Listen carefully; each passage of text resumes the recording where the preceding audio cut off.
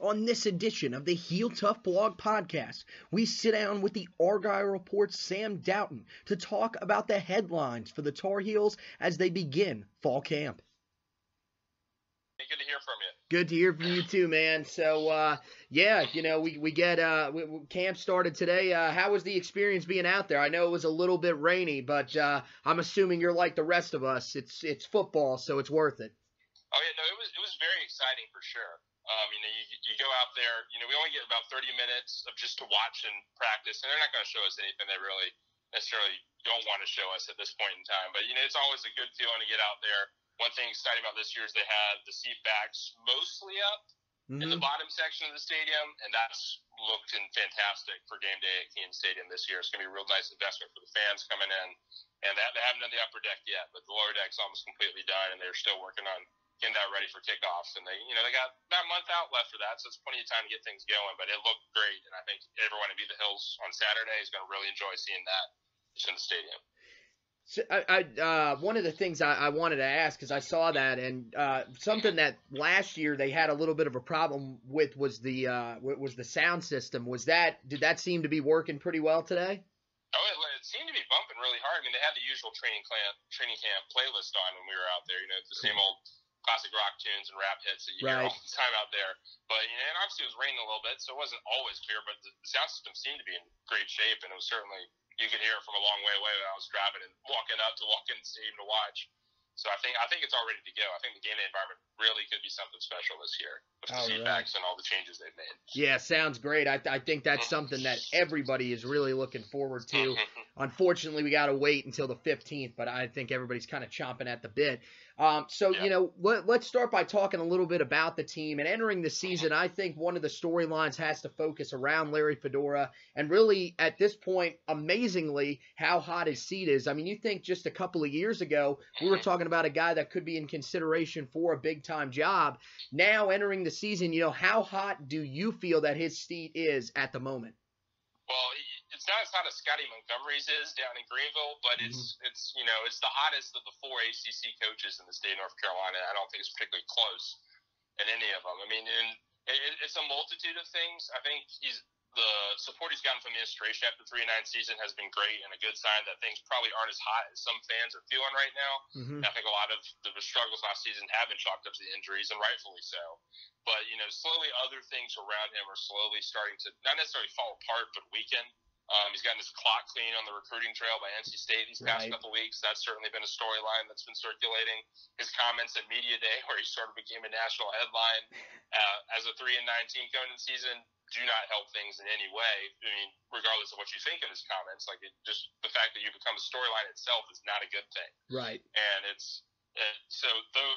that multitude thing has certainly, I guess, not made his road any easier. I mean, I think he certainly has to make a bowl game this year and at least look to be on the right track in general of things. But, if you're looking at another 4-8 season or something like that, along with the recruiting downgrade, and that's partially because the rivals around him have gotten better, that's a recipe for success. But like David Hale said in your podcast earlier, you're going to have to find somebody better. So I don't necessarily think it's as hot as some fans might feel it is right now, at least here, judging from comments in the administration, but I certainly think it's the hottest in the ACC, certainly. Yeah, I'd agree with that. I think, if he ends up going, I would say if he goes 5-7 but beats both Duke and State, he might have an argument. That would be your best bet in that case. But at the same time, I think, I'm kind of with you. Just make a bowl game, and that's what's going to keep you from getting fired. That's what's going to definitely help you on the recruiting trail as well. I think that's kind of what some of these recruits may be looking for. But it's a tough situation for Larry, especially after what we saw at Media Day. So hopefully he can get that thing turned in the right direction. You mentioned coming off a 3-9 season, he's got good support from the administration. What did you think of the mindset around the team as they took the field today? I mean, it looked like business as usual. Nothing really looked at normal. Obviously, the rain, made it a little bit kind of miserable out there, but the players were still going hard, and they looked to be involved, and everyone looked to be having fun time out there. They're getting into the music, enjoying being back on campus, back in fall camp. So the mindset looked good right now. I mean, we didn't get a chance to talk to anybody today. We got a chance to talk to Coach Fedora and some select players on Monday during press availability. So we didn't really get to talk to them about how they're feeling, but everything looked fine. So that's a good sign. And, when you got a schedule coming up with as many winnable toss-up games on there, you got to have that good mindset to get started. So, yeah, let's talk a little bit about the logistics of this team. And I think it has to start by talking about the biggest question mark, which is going to be the quarterback position. Last year, these guys battled pretty much throughout the entire season. For some reason that we still can't figure out, they somehow stuck with Brandon Harris. We are still trying to figure that out. But he's fine. He's gone. Now it seems that it's Chaz Surratt and Nathan Elliott's battle that's going to continue throughout this fall camp. I saw today that Nathan Elliott seemed to take a lot of the reps with the ones. Chaz Surratt was with the twos. How much do you really buy into that? And as of right now, do you think that either quarterback seems to have an edge as we start fall camp? Well, when you talk to Coach Fedora, when we're going to talk to him on Monday, I guarantee he's going to say, whoever we saw first at practice on Friday, he's like, well, someone has to go first. But then if you look at the talent that Nathan Elliott had around him, it was the entire people we expect to start offensive line. Jordan Brown was in a tailback. Anthony Ratliff-Williams on the outside. Nathan Elliott was taking snaps with the ones. And last year when we were at training camp and we saw Brandon Harris do the same thing and start out camp at the ones, everyone immediately was like, okay, that's who the favorite is at this moment. And it stayed that way through the end of spring. Obviously, things can change. People can improve in line camp. But I'd say right now, Nathan Elliott has an edge, particularly as I saw Chaz Surratt struggle in some of the other drills today. He had a lot of trouble throwing a simple bubble screen drill. Obviously, it was raining a little bit, but Nathan Elliott was on a dime every single time I saw him. Chaz had 3 or 4 overthrows to his different guys and was not putting in a good spot to let his receivers work on the drill. And so, obviously that's just 30 minutes of practice. They're going to practice for at least a couple hours after we get thrown out of there. But early on, I definitely think Nathan Elliott has an edge, both just in where they're positioned right now with what unit they're with, and also just based on some early drills, which is interesting because Elliott, had a worse completion percentage than Surratt did last year by some margin. And Surratt has, the leg ability and the running ability that I don't think Nathan Elliott has. So it's interesting for me. If preseason for me, just based on their production last year, I would probably try to make Surratt lean towards it. But obviously, I've not been at practice and haven't seen how they've been competing. And from what I know, talking to Anthony Ratliff-Williams at Media Day, Nathan Elliott's a very vocal leader, while Chaz is more calm, cool, and collected. Both two different leadership styles. He didn't say he had a preference for which one, but I could see where a Argyle coaching staff, coming off that 3-9 season, would want a vocal leader to be given the edge, perhaps. And so that's just speculation on my part, but I definitely think Nathan Elliott has the edge at this moment. Yeah, well, you're going to know a lot better than most of us, and that's what we're kind of looking for.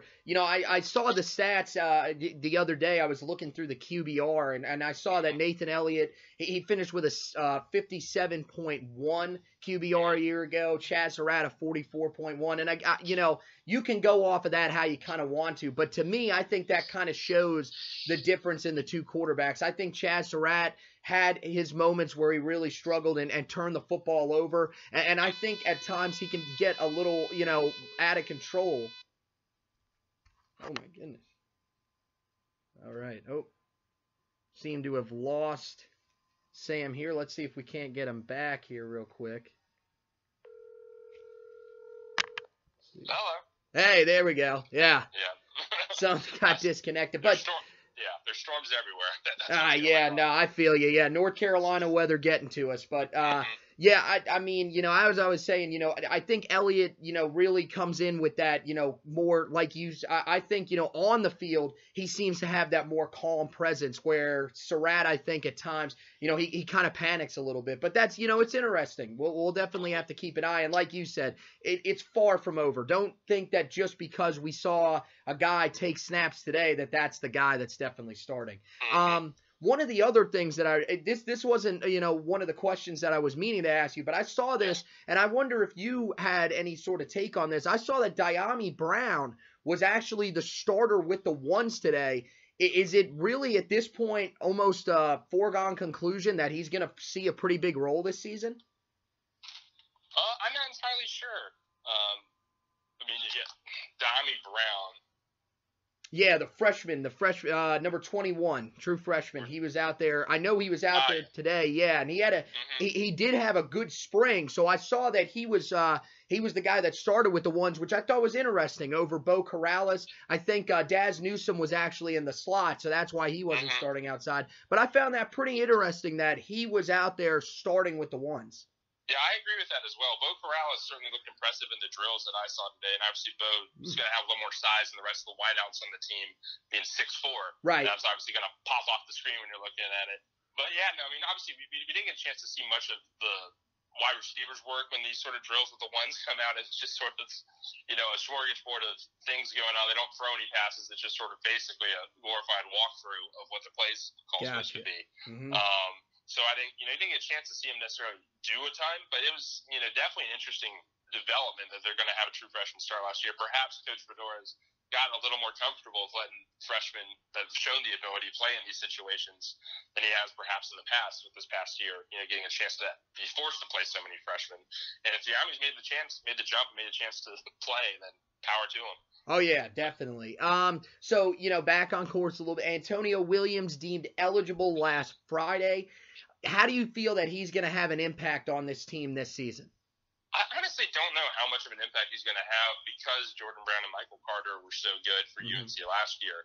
They already had a good running game. Obviously, more talent the better. And if one of those two gets hurt, then Antonio will get a chance. But I have trouble seeing him necessarily breaking through between those two at the current moment. Obviously, Antonio's a little bit more of a power runner, his ability to take a little bit better hits, kind of similar to Elijah Hood in that way, than perhaps Brown and Carter are, who are a little bit more speed. Not that they can't break tackles, but just the way they're built.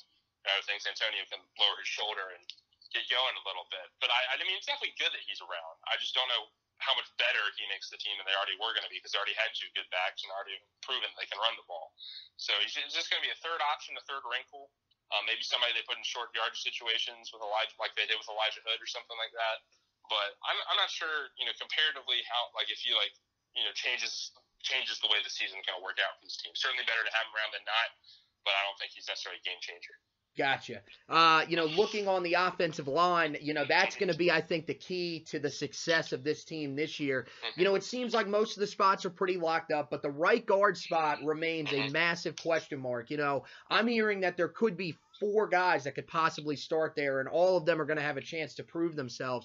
William Barnes is the reason why this spot, I think, is still as open as it is, because, William Barnes comes in. He had a fantastic offseason in the weight room.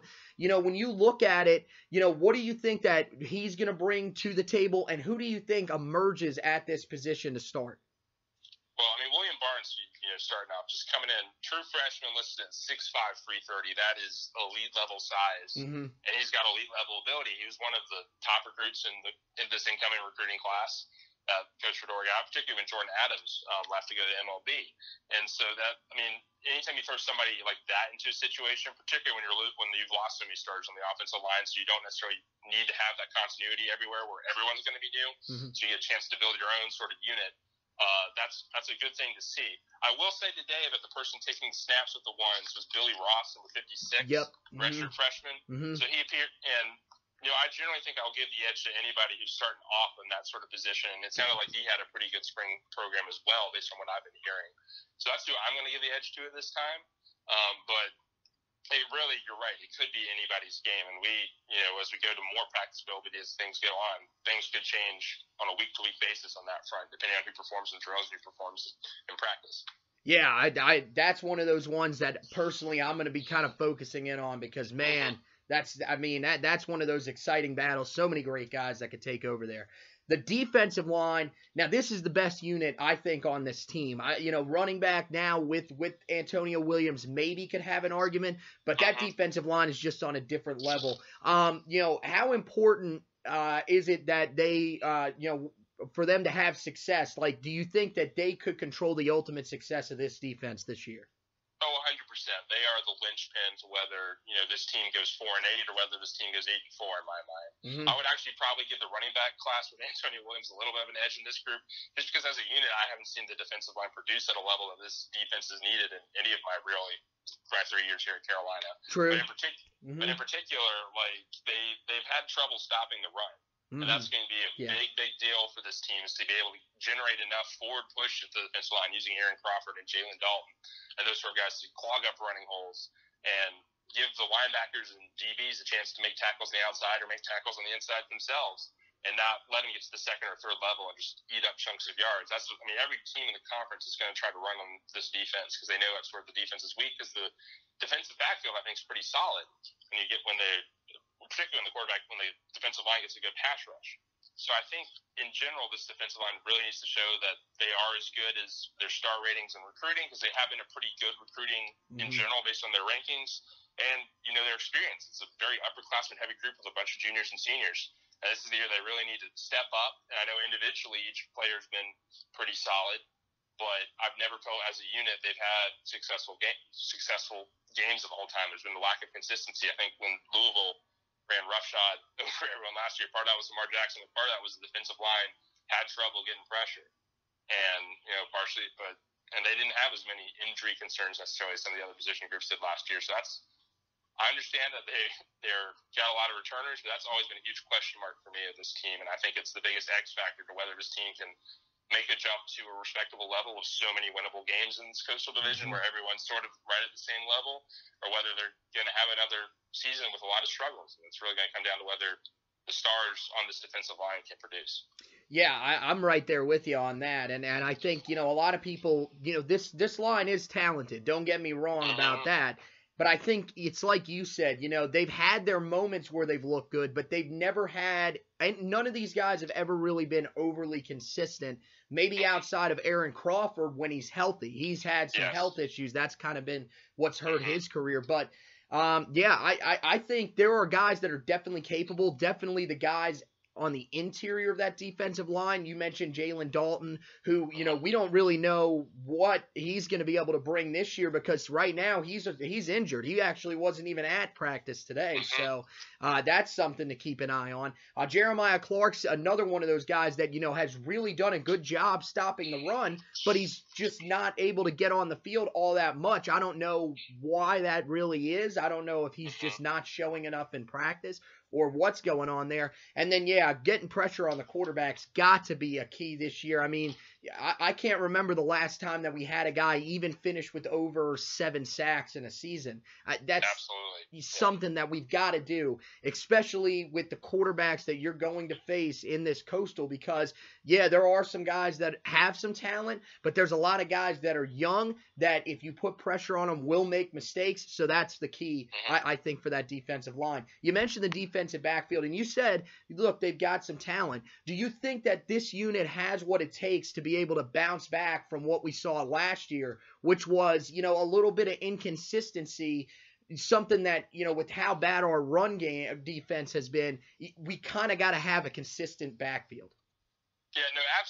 Absolutely enough. I do think they have the talent to be consistency. I also think part of the reason they struggled a little bit last year was sort of the defensive philosophy of this team was to, be aggressive, be a little gambly, blitz a lot, try to disrupt some things. And sometimes when you go boom or bust, you bust. And they busted more times often than not last year. In part, I think, because of their youth. They were a pretty young unit, particularly in the secondary last year.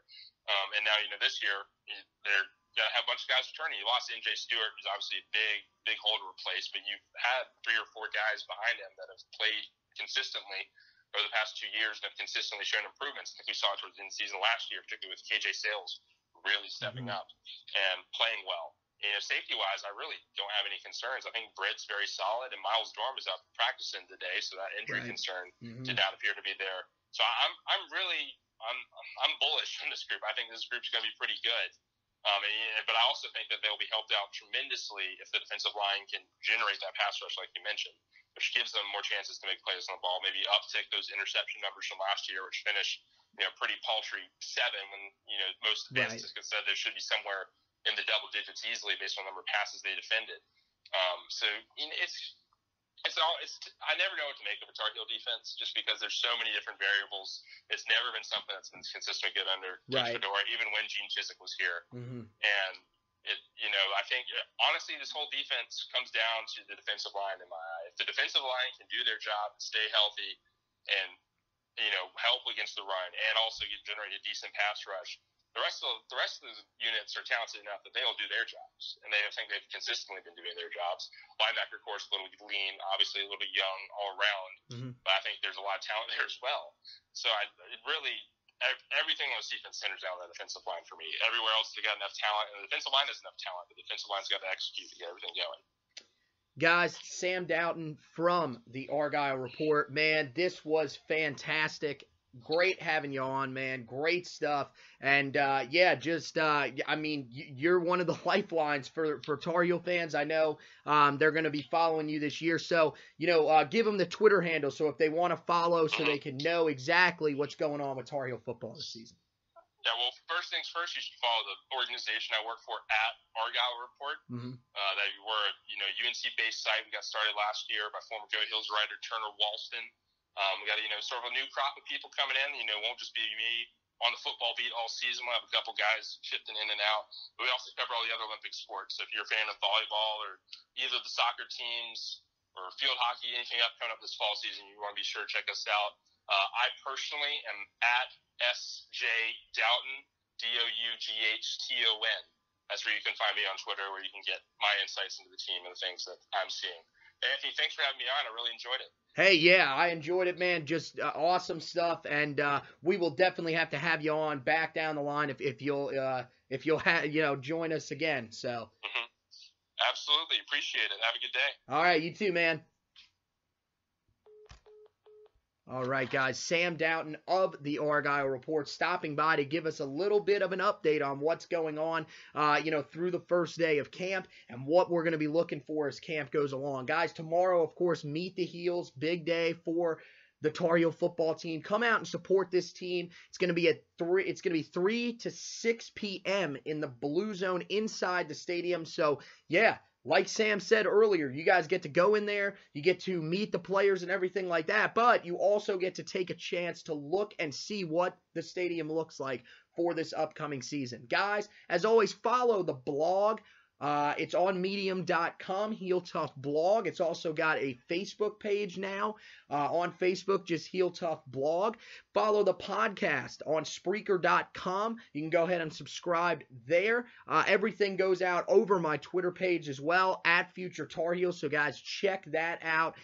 We have a big event coming up. It's going to be through Blog Talk Radio. I just announced it today. I'm going to try to figure out a date probably either tonight or tomorrow and get that posted for you where you guys will be able to come in. We will have it set up where it is like a radio station setup. You will call in and you will give me your prediction for this upcoming season. I will break it down for you, and we are going to try to do that into, I know right now the limit is 30 minutes. I want to try to do at least 2 of those to give you guys a chance to come in and give your predictions and interact with me. The only thing, of course, that we do ask is that you try to keep it clean. This is a professional podcast, so, if you come on, just, bring your opinion and let's hear what you got. I'm welcoming all opinions for all Tar Heel fans. And even if you aren't a Tar Heel fan and you do listen to this podcast, you can go ahead and bring in the opinion. I'm willing to definitely talk the outside opinion on this team for this season. So, guys, I'm going to get ready to step off. Thanks, Sam Doughton from the Argyle Report, one more time for coming on with us and giving us this report. Hoping to get Andrew Jones from Tar Heel Illustrated to come on at some point. Jonathan Alexander from News and Observer. We'll see if we can't try to get him to come on as well, as he was, he's been dealing with some stuff. He was out of town, so unfortunately we weren't able to do the interview today, but hopefully we will be able to get him on later on down the line. So that will do it for me. Guys, keep listening to the podcast, and as always, go Tar Heels.